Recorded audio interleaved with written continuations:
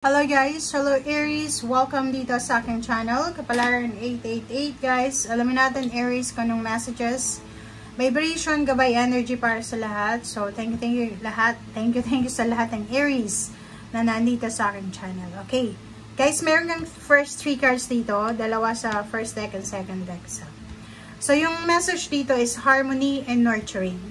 Ang gaya natin is yan yung pinaka-center. Okay?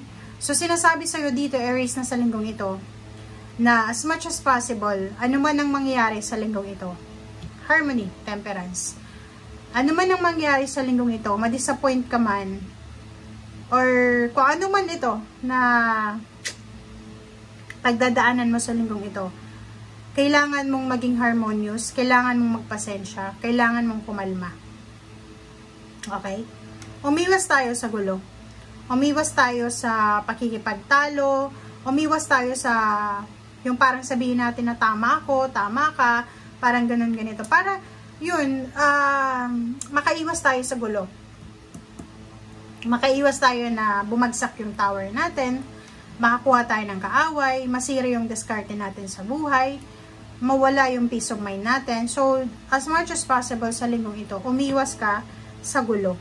Umiwas ka sa tukso ng pakikipag-away, pakikipag-diskusyon, pakikipaglaban na tama ka, mali sila. Kasi minsan, mas okay nang tanggapin natin na, okay, kayo na ang tama. Diba? Parang ganun, para makaiwas ka sa gulo. Nurturing. First of all, take care of your body. Take care of your mental health. Napaka-importante sa linggong ito, lalo na sa taong ito, na Year of the Snake, yung mental health ng tao. So, this week, sinasabi ng baraha, medyo mayroon kang nararamdaman na homesickness or pwedeng yung iba, mga irritability, parang ganun. So, medyo hindi ka na makapaghintay.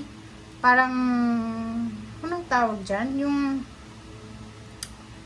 irritable ka. Yung expectation mo, hindi yun nangyari. Parang ganun. So, nakikita ko sir dito na take care of your body, physical health, mental health, financial health if meron kang pera. Pinaka-importante, emotional tsaka mental. Okay? Spiritual din. Dapat strong yung foundation mo sa spiritual. Face your fears. Release the power of fear. So, sa linggong ito, ano man ang kinakatakutan mo, alisin mo siya.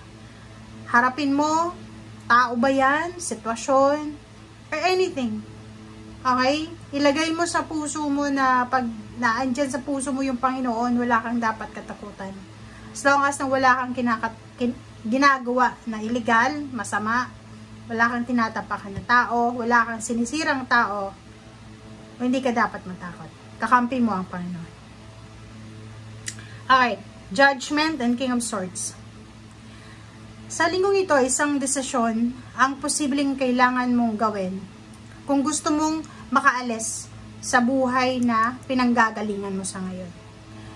For example, hindi maganda yung buhay mo, stagnant, or may scarcity, financial scarcity, health problems, or kung ano pa man, or napapaligiran ka ng temptation, kaliwat kanan yung may mga bisyo, kapitbahay mo ganyan, relatives mo ganyan. So, dito sinasabi yung, kung talagang gusto mong makaalis dyan, sa the tower na yan, you have choice. You have option. Okay? Nasa iyo na ngayon na, parang sinasabi sa'yo dito, Aries, na ano man ang desisyon na gagawin mo simula this week, ang consequences niyan, wala kang ibang sisisihin kundi ikaw lang. So, judgment, maging matalino ka sa linggong ito.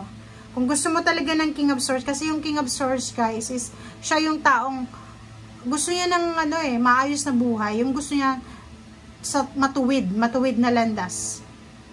O hindi doon sa zigzag na road na. Parang kung halimbawa magta-travel tayo, mas gusto natin na easy pathway, 'di ba? Yung route natin mas maganda, mas tahimik, mas straight, yung parang ganoon. 'Yun ang sinasabi sir dito.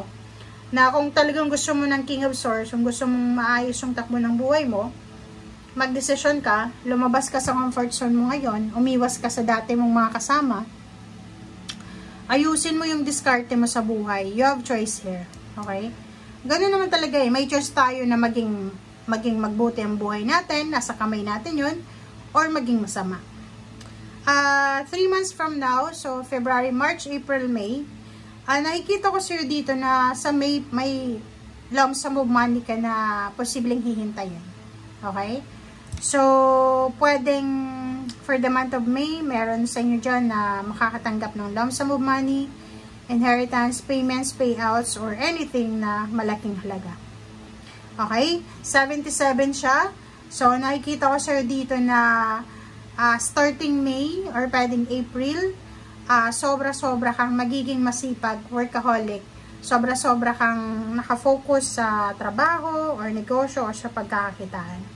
Kita ko sa'yo dito na talagang kung problema sa pera or physical health problems or mga temptations sa physical, bisyo or unhealthy lifestyle or habits, ang nakikita ko sa'yo dito, posible, okay, possible yung pagbabago na to, okay? So, ibig sabihin, simula sa mga susunod na buwan, 3 months from now, magkakaroon ka ng bagong mindset na kailangan ko magsipag, kailangan ko mag-ipon ng pera, kailangan kong makaalis sa sitwasyon na to, okay? So, ito naman na High Priestess, sinasabi na kung ano yung pumapasok sa intuition mo, kung ano yung sinasabi ng intuition mo, susundin mo yan. Sundin mo kasi hindi ka naman ipapahamak ng intuition mo. Okay? So, nakikita ko sir dito na may choices dito and decision options. And nandito yung High Priestess. Sinasabi sa'yo na siguro nahihirapan kang magdesisyon, nahihirapan kang iwasan yung mga bagay na mali, nahihirapan kang alisin yung mga dapat alisin sa buhay mo. Pero sinasabi ng High Priestess sa'yo na kailangan mo magdesisyon kasi kung anong nangyayari sa'yo sa ngayon, siguro sa ngayon hindi mo pa naiintindihan. Maybe 3 months from now, 3 years from now, doon mo marirealize yung outcome ng ginagawa mo sa ngayon. So, yun na nga, ang pinaka-importante mong dapat gawin sa linggong ito is mahalin mo yung sarili mo. Kung talagang mahal mo yung sarili mo, uunahin mo siya. Gusto mo bang mapahamak yung sarili mo? Di ba kung mahal natin yung sarili natin? Hindi. Gagawin natin yung lahat para sa kabutihan ng sarili natin. So, yun. Simula this week, maging selfish ka na, i-prioritize mo yung sarili mo. Naku, hindi ka mag-stay dito sa mundo ng habang buhay. So, dapat, enjoy mo yung moment na to, yung lesson learned, yung mga mistakes mo, gamitin mo siya as stepping stone, papunta doon sa success, sa new life, sa new beginnings na parang ino-offer sa'yo ng universe. Okay? Basta yung sabi sa'yo dito, may option tayo na makagawa ng masama, ng mabuti. May option tayo na gawin kung ano yung free will natin.